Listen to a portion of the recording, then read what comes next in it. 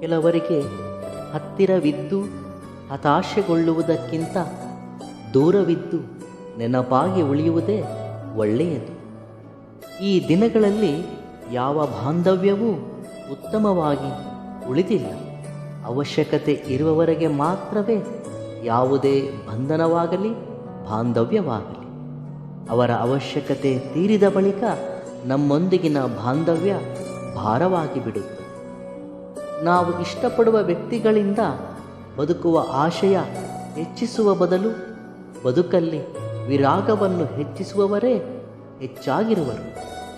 ನಮ್ಮವರು ಅಂದುಕೊಂಡವರು ನಮ್ಮೊಂದಿಗೆ ಎಲ್ಲ ಸಮಯದಲ್ಲೂ ಒಂದೇ ರೀತಿ ಇರುವರು ಅಂತ ಭಾವಿಸುವುದು ನಮ್ಮ ತಪ್ಪೆ.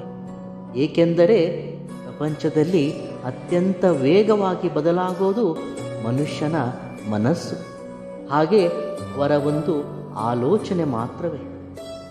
ಯಾರ ಮೇಲೂ ಮಿತಿಮೀರಿದ ಆಸೆಗಳನ್ನು ಬೆಳೆಸಿಕೊಳ್ಳಬೇಡಿ. ಅದರಿಂದ ಬರುವ ದುಃಖ, ನೋವು ಜೀವನವನ್ನು ಬುಡಮೇಲು ಮಾಡುತ್ತದೆ. ಮೋಸ ಮಾಡುವವರು ನಿಮ್ಮ ಹಣೆ ಬರಹದಲ್ಲಿ ಇದ್ದಾರೆ ಅಂದರೆ ಕಷ್ಟದಲ್ಲಿ ನಿಮಗೆ ಜೊತೆಯಾಗಿ ಇರುವವರು ಕೂಡ ನಿಮ್ಮ ಹಣೆ ಬರಹದಲ್ಲಿ ಇರುತ್ತಾರೆ. ವಿಶ್ವಾಸದಲ್ಲಿ ಜೀವನದಲ್ಲಿ ಅನುಭವ ಅನ್ನುವುದು ಬೆಳೆದ ವಯಸ್ಸಿನ ಆಧಾರದ ಮೇಲೆ ಬರುವುದಿಲ್ಲ. ಮನಸ್ಸಿಗೆ ತಗುಲಿದ ಗಾಯದ ಆಧಾರದ ಮೇಲೆ ಬರುವಂತಹುದು. ಕೆಲವು ವಿಷಯಗಳಿಗೆ ದೃಢ ನಿರ್ಣಯ ತೆಗೆದುಕೊಂಡ ಮೇಲೆ ದಾರಿ ಹೇಗೇ ಇದ್ದರೂ ಗಮ್ಯವನ್ನು ಸೇರಲೇಬೇಕು. ಶ್ರಮವೇ ನಿನ್ನ ಆಯುಧವನ್ನಾಗಿಸಿದರೆ ಯಶಸ್ಸು ನಿನ್ನ ಗುಲಾಮವಾಗುತ್ತದೆ. ಕಾರಣವಿಲ್ಲದ ಕೋಪ ಹಾಗೆ ಅರ್ಥವಿಲ್ಲದ ಹಠದಿಂದ ನಿನ್ನ ಮನಃಶಾಂತಿಯನ್ನು ಕಳೆದುಕೊಳ್ಳಬೇಡ.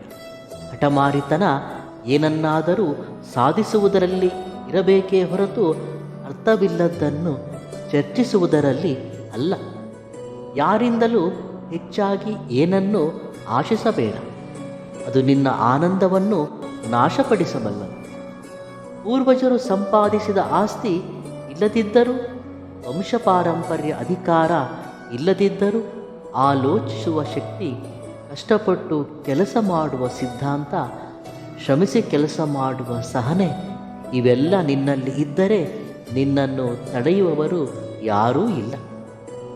ನಿನ್ನ ಶತ್ರುಗಳಲ್ಲಿ ಹೆಚ್ಚಿನ ಅಂಶ ಒಂದಾನೊಂದು ದಿನ ನಿನ್ನಿಂದ ಸಹಾಯ ಪಡೆದವರೇ ಇರುತ್ತಾರೆ. ನಿನ್ನಿಂದ ಎಲ್ಲವನ್ನೂ ಪಡೆದು ನಿನ್ನನ್ನು ನಿರ್ಲಕ್ಷಿಸಿ ನಿನ್ನಿಂದ ದೂರ ಆದವರೇ.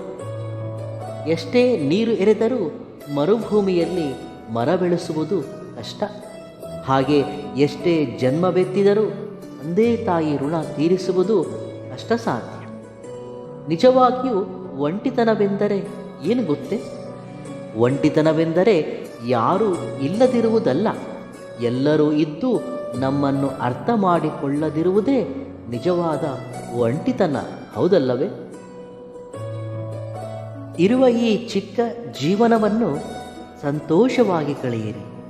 ಏಕೆಂದರೆ ಭವಿಷ್ಯದಲ್ಲಿ ಉಳಿಯೋದು ನೆನಪುಗಳು ಮಾತ್ರವೇ.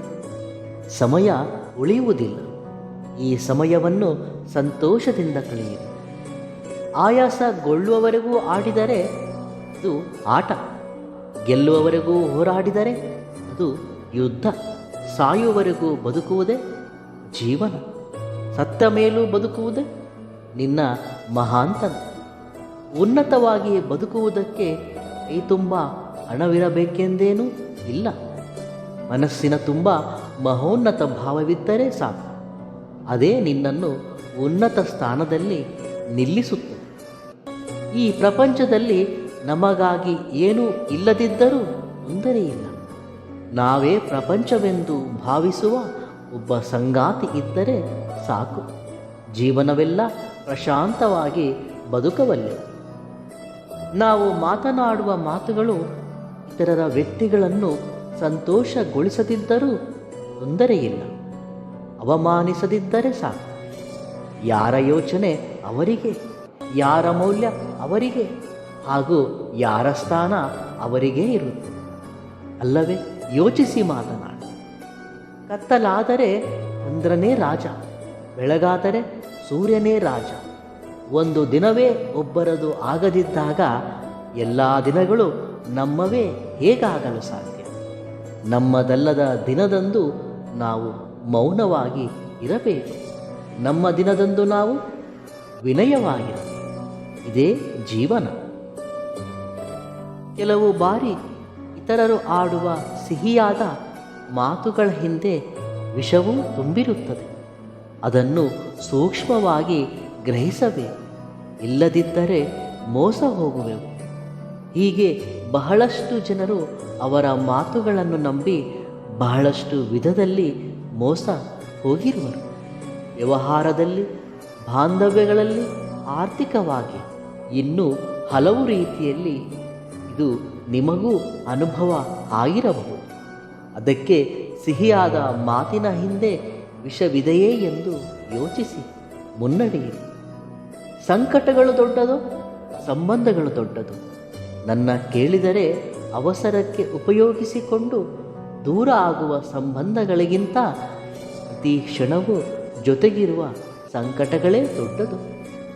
ಹುಟ್ಟಿದಾಗಿನಿಂದ ಸಾಯುವವರೆಗೂ ಒಂದೇ ರೀತಿ ಇರುವುದು ಒಂದು ಅಮ್ಮನ ಪ್ರೀತಿ ಮಾತ್ರವೇ.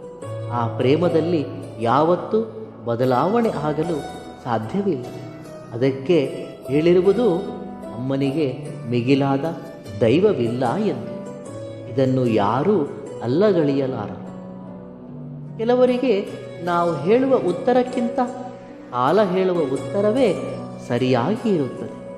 ಸಹನೆಯಿಂದ ಇದ್ದು ನೋಡು. ಸಹನೆ ಬಹಳ ಮೌಲ್ಯಯುತವಾದದ್ದು.